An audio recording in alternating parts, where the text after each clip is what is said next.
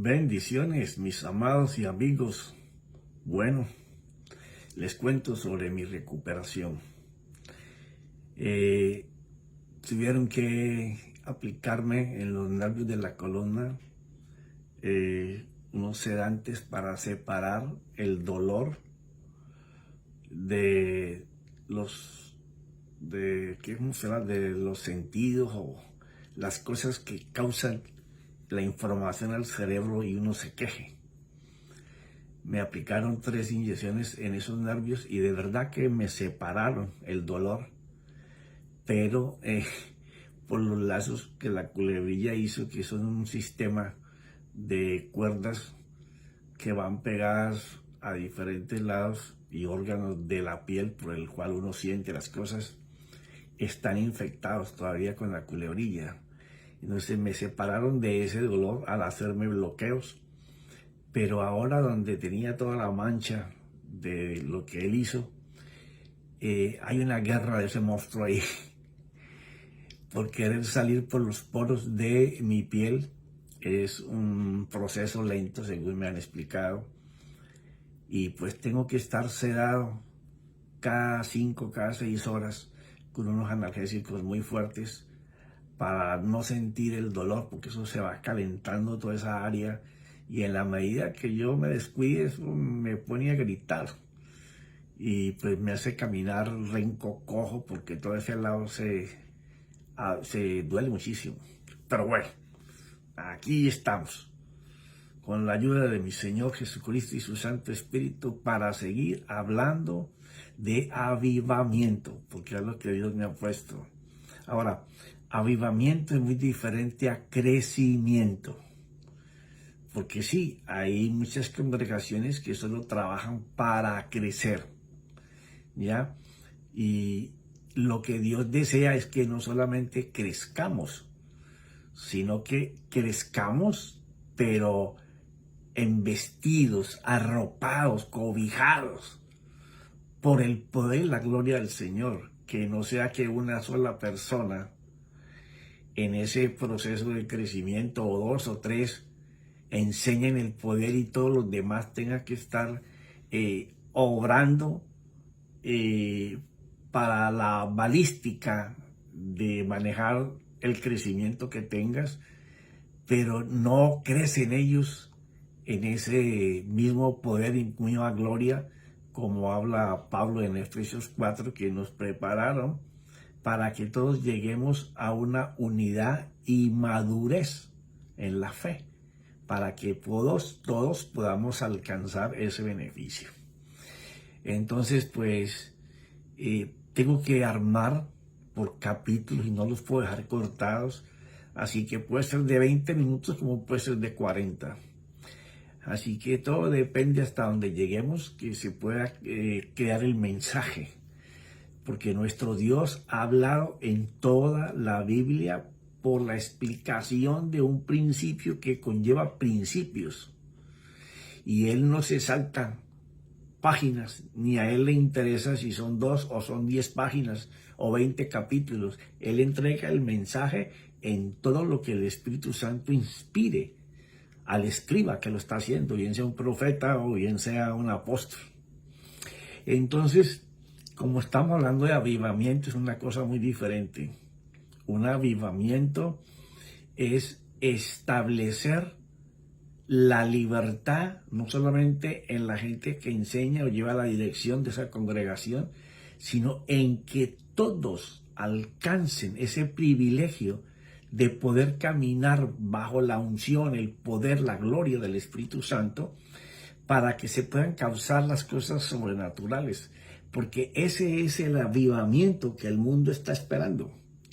Por eso cuando se habla de que Él vendrá por una iglesia sin mancha y sin arruga, es una iglesia poderosa. Y todavía no va a llegar ese momento, aunque muchos anuncien que estamos en las puertas del fin del mundo. Así lo hicieron en la pandemia, la fiebre negra, en la Primera Guerra Mundial, en la Segunda Guerra Mundial, y cada vez que han habido grandes problemas, hablan de eso. Pero la Biblia tiene unos parámetros que, si los miramos detenidamente, sabemos en qué punto de la profecía estamos.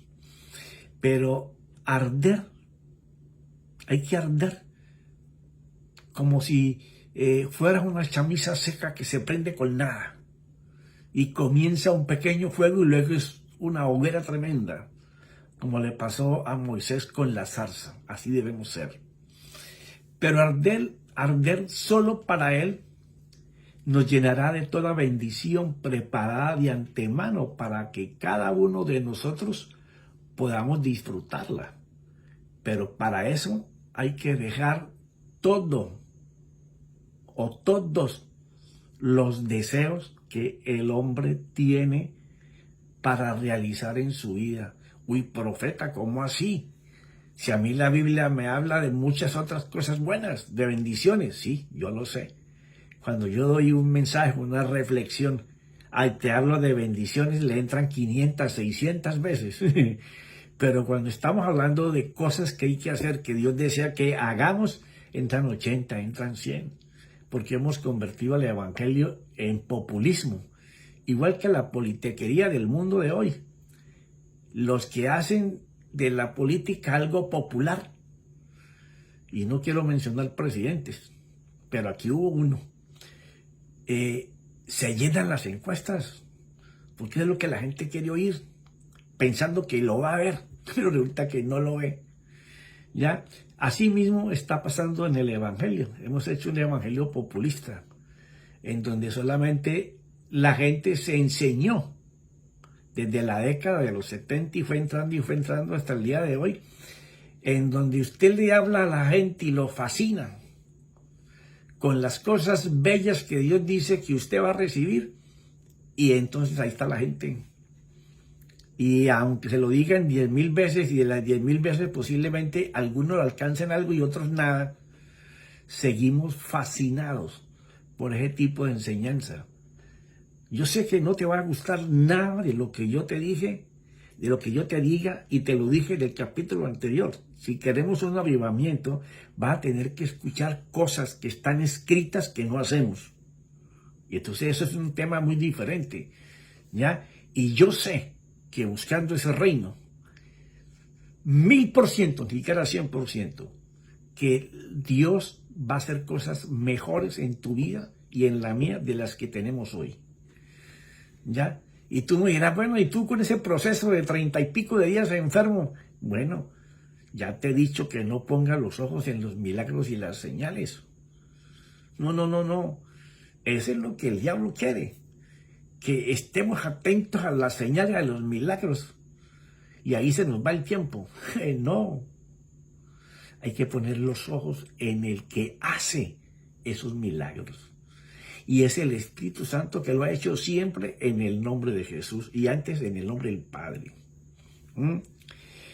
Entonces, tenemos que saber que tenemos que dejar muchas cosas para que se aloje en nuestro corazón las cosas que el Señor desea que pasen.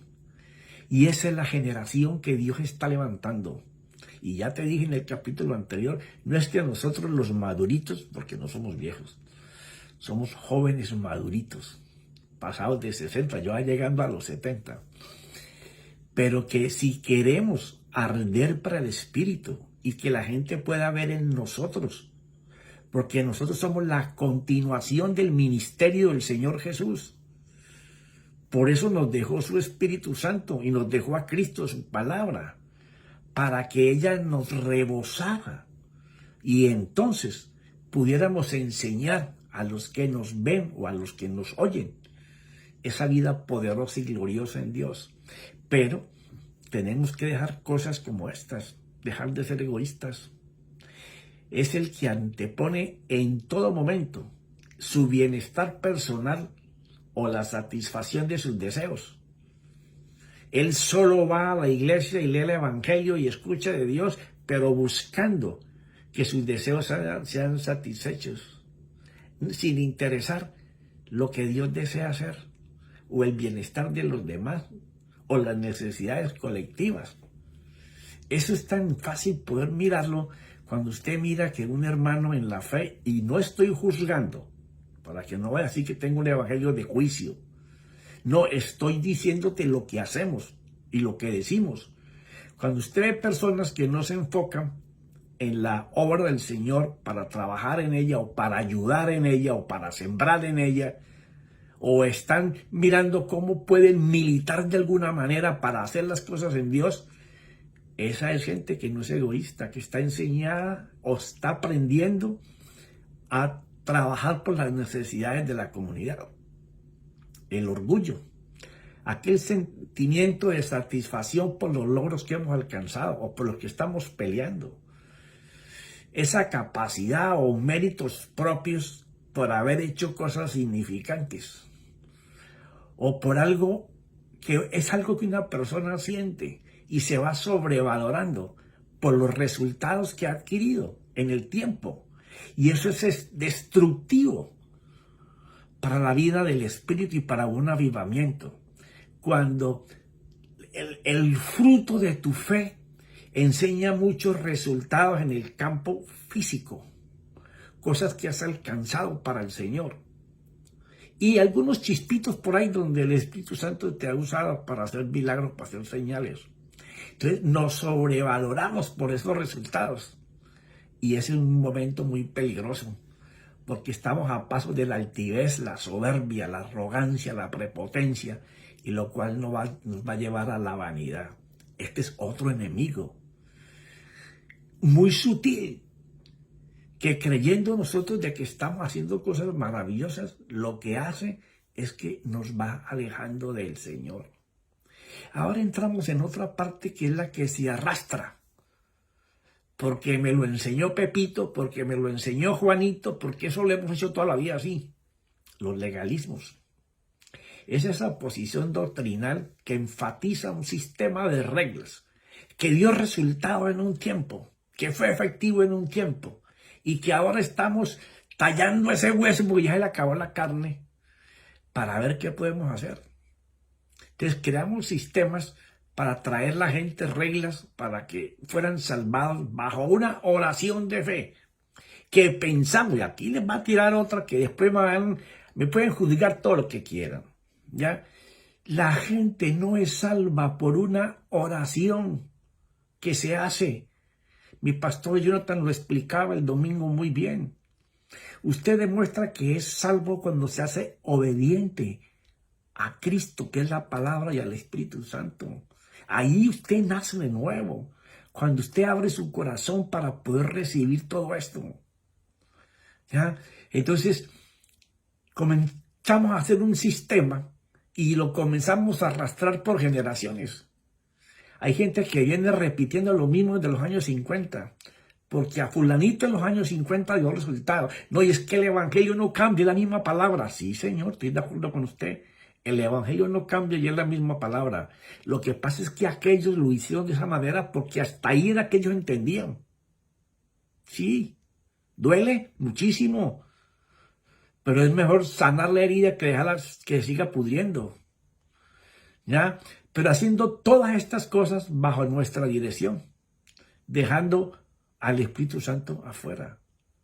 Si yo no mal recuerdo, desde el año 2000 para acá que comenzaron los evangelistas a enseñar lo que el Espíritu Santo hacía, fue que comenzó la iglesia a ponerle cuidado que el Espíritu Santo era importante, que era Dios.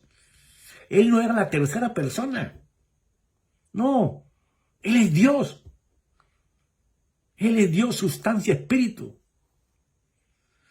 Pero entonces hacíamos las cosas bajo nuestra dirección, tapando la verdad con preceptos de hombre, dogmas creados por nosotros, pero lejos de la verdad de Dios y el deseo de Dios, y que no están sustentados en la verdad. Porque para no discutir contigo, búscame en la Biblia en donde dice que Dios es trino.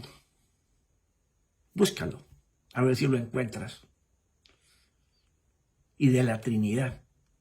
Ese es un concepto católico introducido a la iglesia.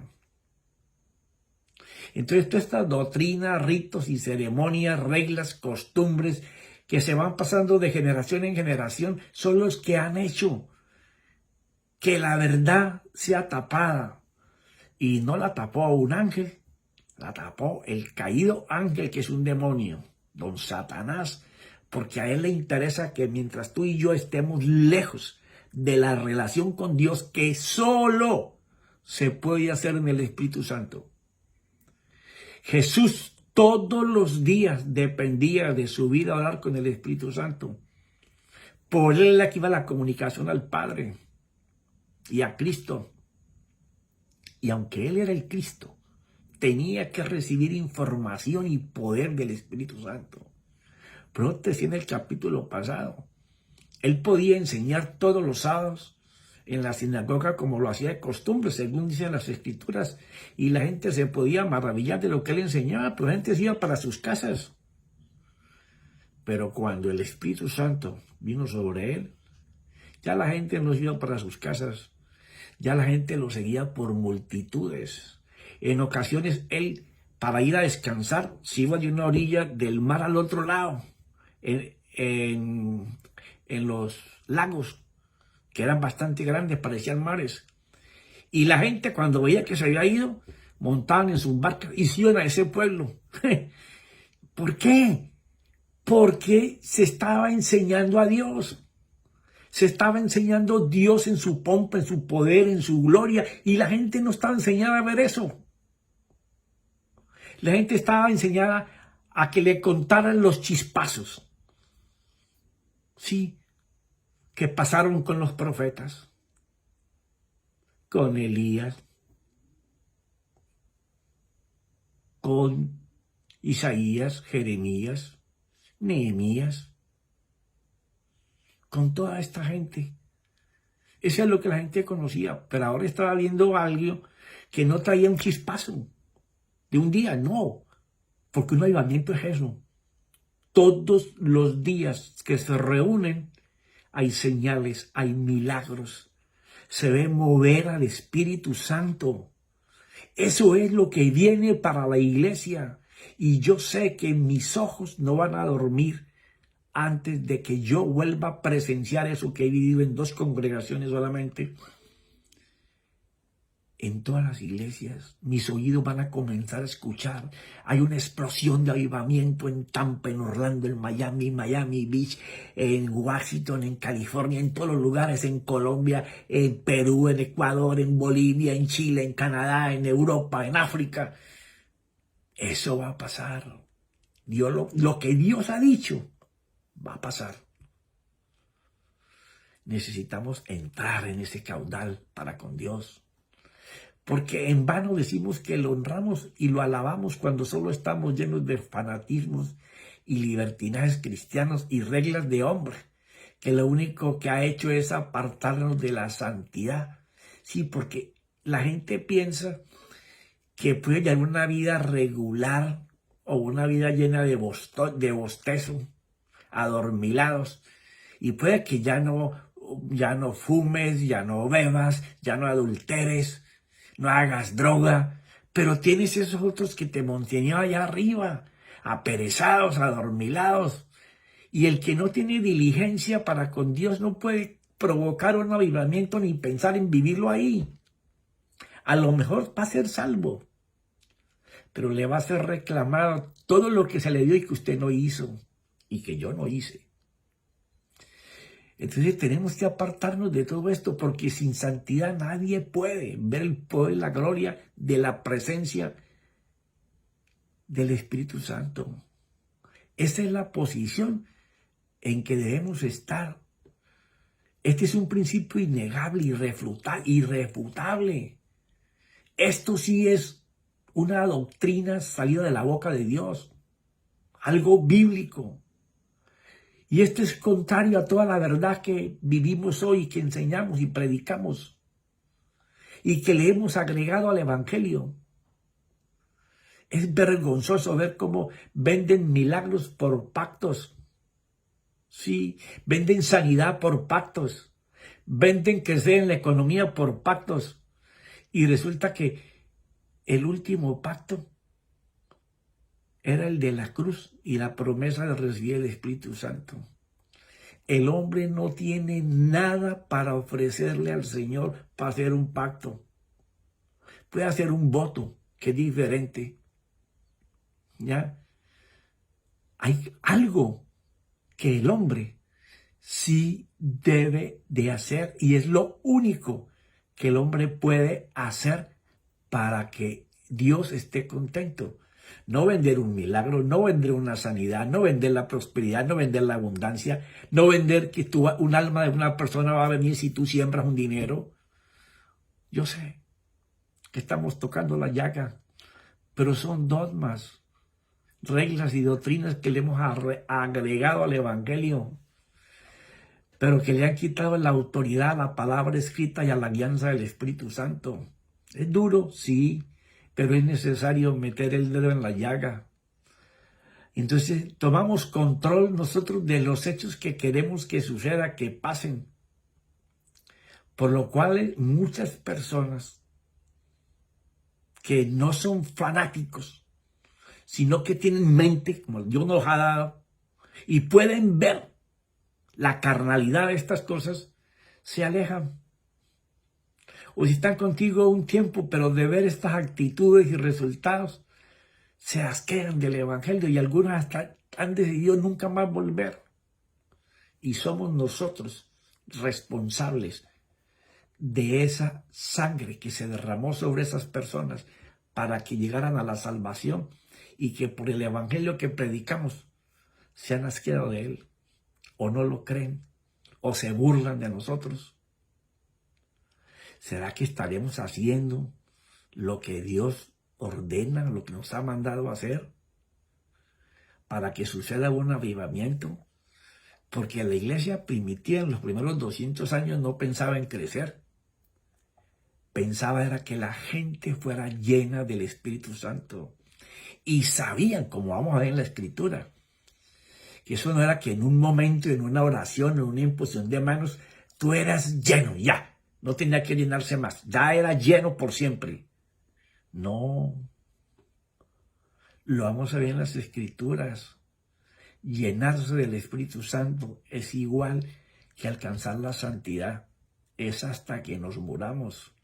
En la medida que la santidad te cobija, la llenura te abarca.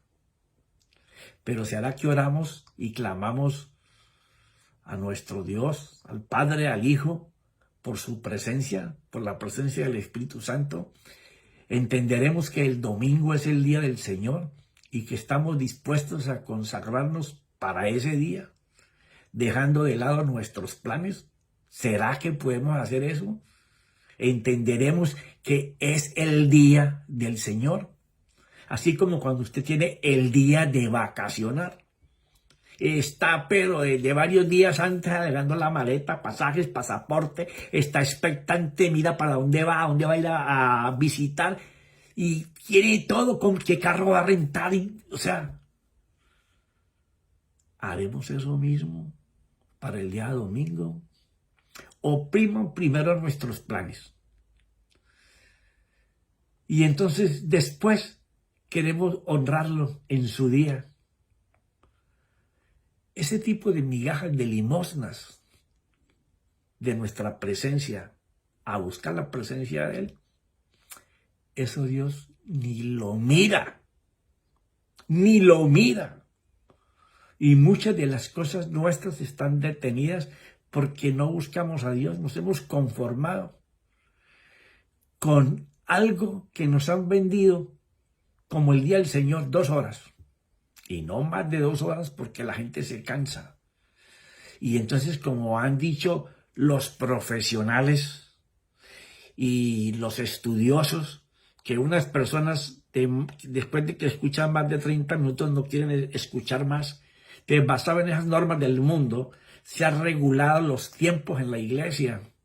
Y yo voy a la Biblia y resulta que la gente que seguía al Señor lo seguía de la mañana hasta la noche. Y tenía que apartarse y los discípulos parar a la gente para que lo dejaran solo, porque muchos se quedaban hasta dormir ahí. La Biblia tiene texto bíblico que narra que cuando Jesús bajó del monte a escoger los 12, habían más de 500 personas esperando. Durmieron ahí en ese lugar todos, y entre esos 512, el Señor llamó a sus 12. Pero ¿será que priman nuestros planes? para después ahorrarlo en su día. Por eso te hablaba de cómo los judíos reciben tanta bendición en todos los niveles. Y no creen en Jesucristo. Ellos sí creen que el Espíritu Santo está. Y el Padre está. Pero el profeta Jesús es profeta Jesús. Y que Isaías 53 habla de Israel. No habla de lo que es la cruz y la salvación por ella al mundo entero, la redención.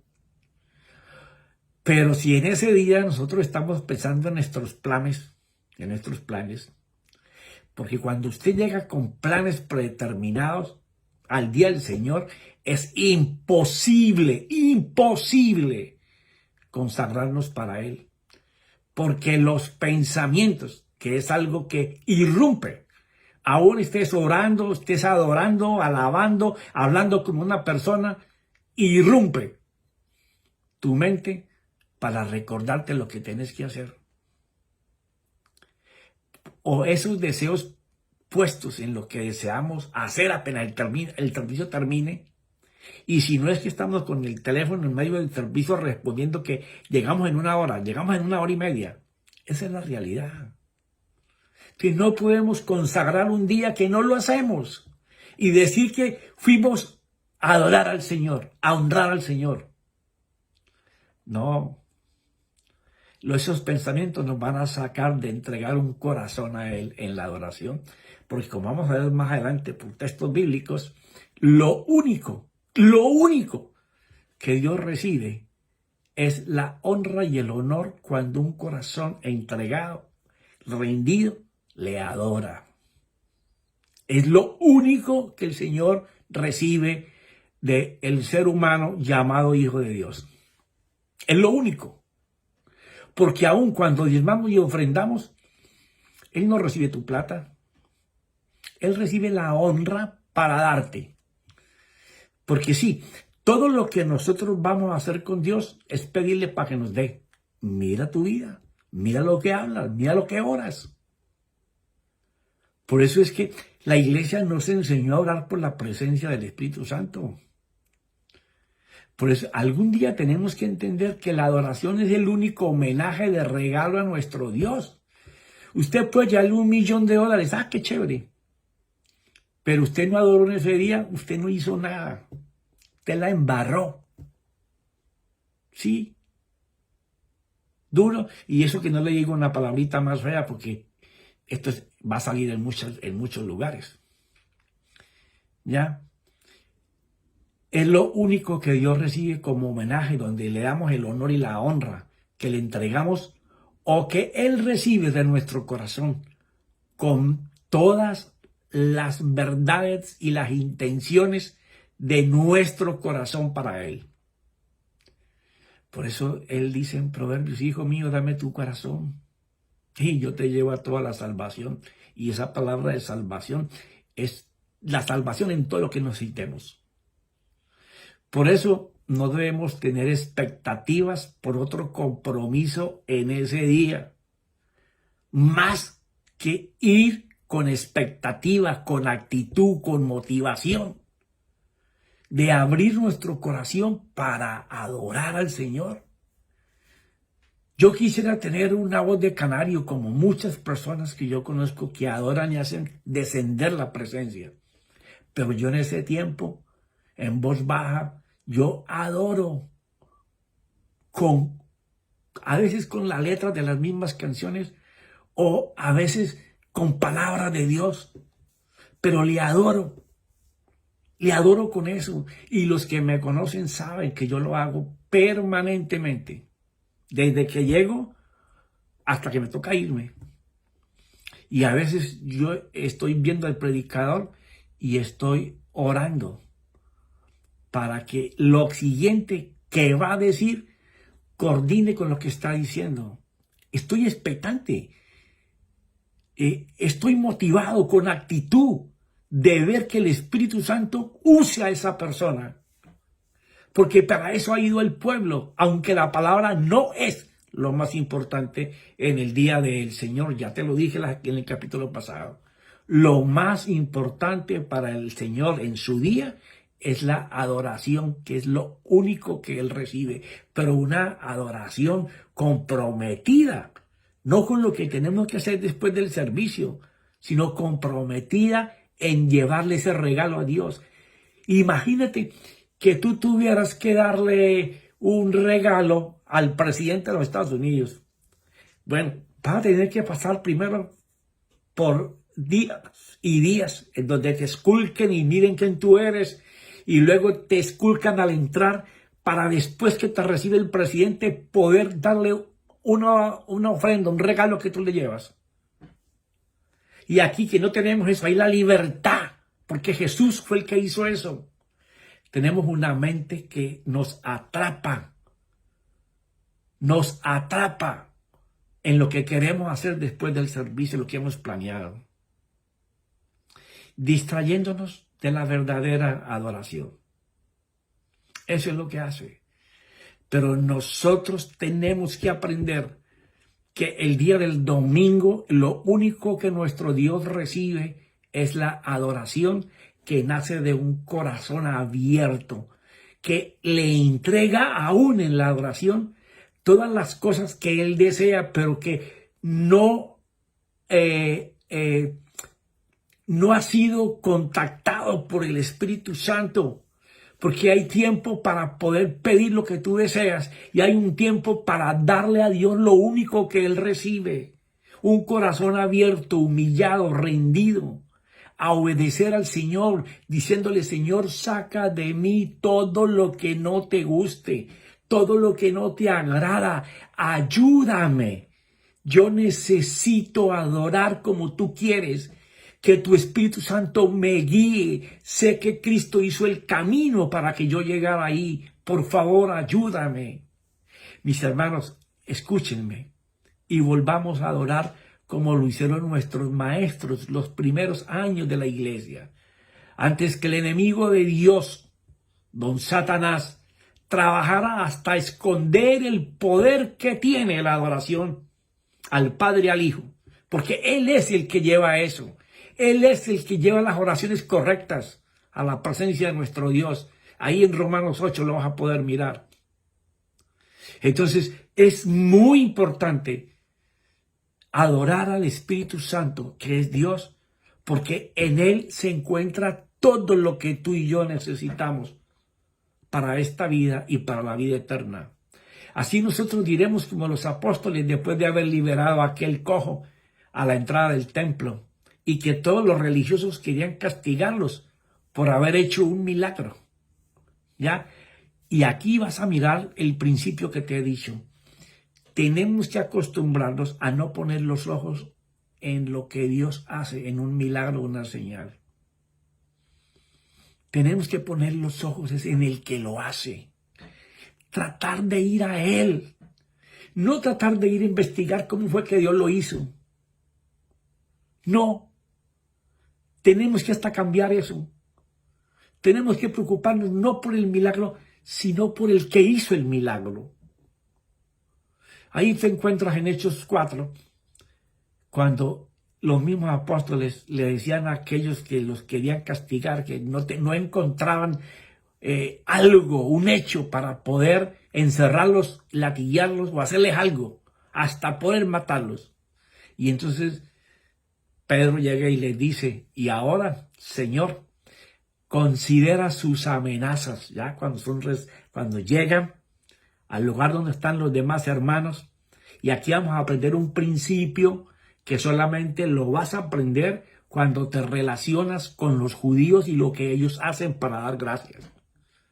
Y es algo que los apóstoles, que eran judíos, todos, estaban enseñados a hacer por cultura, por sociedad, por tradición, por costumbre, cómo darle gracias al Señor correctamente. Entonces le dice: Señor, considera sus amenazas a aquellos religiosos y permite que tus siervos, los 12, hablen tu palabra con toda confianza, porque les negaron que no volvieran a hablar del Señor Jesús. mientras extiendes tu mano. Claros en que ellos no producían el milagro. Lo tenía que hacer el Señor. Mientras extiendes tu mano para que se hagan curaciones y señales y prodigios mediante el nombre de tu santo siervo Jesús. Después que oraron, y aquí te tengo que explicar. Cuando tú conoces eso que te estoy hablando del pueblo judío, o el pueblo hebreo, como tú le quieras dar gracias no es como nosotros damos gracias. Nosotros oramos y Señor, gracias, y nos reímos, amor, te pegue un saltico. No, la gratitud de un hebreo, de un judío, cuando da gracia, es cantando salmos, himnos. O sea, van a dar gracias al Señor y ellos adoran. Y en los salmos del rey David lo vas a encontrar por todos los lugares.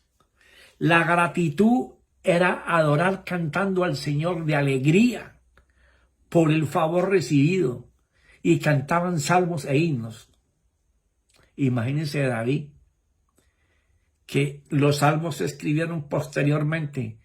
Tenía que cantar los salmos que él desde niño aprendió a cantarle y a tocarle al Señor mientras pastoreaba. Porque ya después vamos a ver cómo David hace tan importante la adoración que separó 4,000 personas para hacer ese trabajo. Lo dice la Biblia. Entonces, por eso es que ahí está la promesa de nuestro Señor, que el Espíritu Santo dijo en Amós. Tiene que ser restablecido el tabernáculo caído de David. Ese en donde no eran sino 4 palos y un techo con carpas de cuero para que no se mojara el arca, y una silla donde David se sentaba a hablar con el Señor y cantores alrededor tocando y cantando. Entonces, el Señor lo dice en Amós y luego lo dice en Hechos, que tiene que ser restaurado el tabernáculo de David, que por esa razón, por no estar restablecido como debe de ser la adoración al Señor, Jesucristo está retenido en el cielo hasta que sean restauradas esas cosas. Entonces, ¿cómo no creer que para que el Señor venga tiene que ser restablecido eso para que se entregue una iglesia sin mancha y sin arruga? Entonces dice que cuando ellos, después de que dieron gracias al Señor, el lugar donde estaban reunidos tembló y todos fueron llenos del Espíritu Santo y hablaban la palabra de Dios con valor. Imagínate, ellos fueron llenos del Espíritu, porque así se escribe, en Pentecostés. Y esto está pasando muchos días después. Y la palabra dice que fueron llenos. Porque es que la llenura del Espíritu no es una oración y ya eres lleno. O es que vino sobre ti ya completo. No. No era que estaban vacíos del Espíritu, sino que recibieron más de Él. Porque así será hasta que partamos con Él. El poder y la gloria del Señor dada a los hombres como señal del Espíritu Santo es algo que es como un chorro llenando una vasija, como te dije en el mensaje pasado. No cae de una sola, es un chorro que va cayendo, va cayendo, va cayendo, va llenando, va llenando. Igual que cuando a Aarón se le fue echado aceite, que le corría por su cabeza, bajaba por su cara, su barba, sus vestiduras, y cuando están las vestiduras tiene que empaparse demasiado para poder que le llegue a los pies. Eso es mucho tiempo. Era una representación de cómo íbamos a ser nosotros llenos. Por eso debemos adorarle, pero de verdad. Sí, de verdad. No adorarle como lo estamos haciendo, sino adorarle de verdad, como dice que es el tabernáculo que David tenía, vaciando nuestro corazón en su presencia, y así Él podrá llenar con libertad los deseos que Él tiene. pero no vienen solos. Esos vienen no al 100, al 1000%, que contiene la vida mucho mejor de como la tenemos nosotros en este momento. La adoración en el Espíritu Santo es algo que va a cambiar la iglesia para que haya avivamientos no en dos partes, o que le llamen avivamiento a un mover de 2 meses o medio año. No, continuo, permanente, porque hay gente que son fuego, que son una zarza, que incendian a donde llegan. Para allá vamos. Eso no lo va a parar nadie. Ni Satanás lo puede parar, porque si Dios lo escribió, Dios va a levantar personas que le adoren en espíritu y en verdad, y ya los tiene preparados. Porque dice que los está buscando. O sea que ya existen. Yo sé que tú y yo podemos ser esas personas. Mis amados, adorémosle de verdad. No como lo estamos haciendo. Dios no recibe migajas. Dios recibe el total. Y si le damos el total, Él te va a dar mucho más allá de lo que podamos pensar o imaginar. Y no seguiremos con ese evangelio populista que solamente predica bendiciones terrenales. Casa, carro, beca, dinero, cosas por el estilo. Que sé que Dios las da. Pero cuando buscamos primero su reino y su justicia, y la justicia de Dios es lo que Él desea hacer ahora, lo que Él considera justo. Bueno, mis hermanos, yo espero que Dios haya hablado a tu corazón, que tu culto racional pueda evaluar qué es lo que vas a seguir. O te vas a consagrar para el Espíritu Santo en el día del Señor, o te vas a materializar cada día más con un evangelio populista. Sí. Y vamos a estar hablando más adelante de cómo debe ser la adoración que Dios espera. Y qué deben de hacer los adoradores que Dios llama y que está buscando. Porque hay mucha gente que canta en nuestras congregaciones, pero son cantantes. Son cantantes. No son adoradores. Y vamos a ver las características de un adorador. Pero me pasé de tiempo, pero era justo y necesario. Y yo espero que tú lo puedas escuchar completo y que se lo transmitas a otros. Que no busques solamente la enseñanza que te habla de que vas a alcanzar bienes materiales, sino que vas a alcanzar la vida de Dios en ti, para que tú y yo podamos ser la generación que va a ser presente el ministerio del Señor Jesucristo, porque para eso fuimos llamados. Él no quiso mandar ángeles, te llamó a ti y a mí. Bueno, espero que me sigas amando igual. En el nombre de mi Señor Jesucristo, Padre y tu Santo Espíritu, que lo prometiste y nos lo diste. Amén y amén y amén.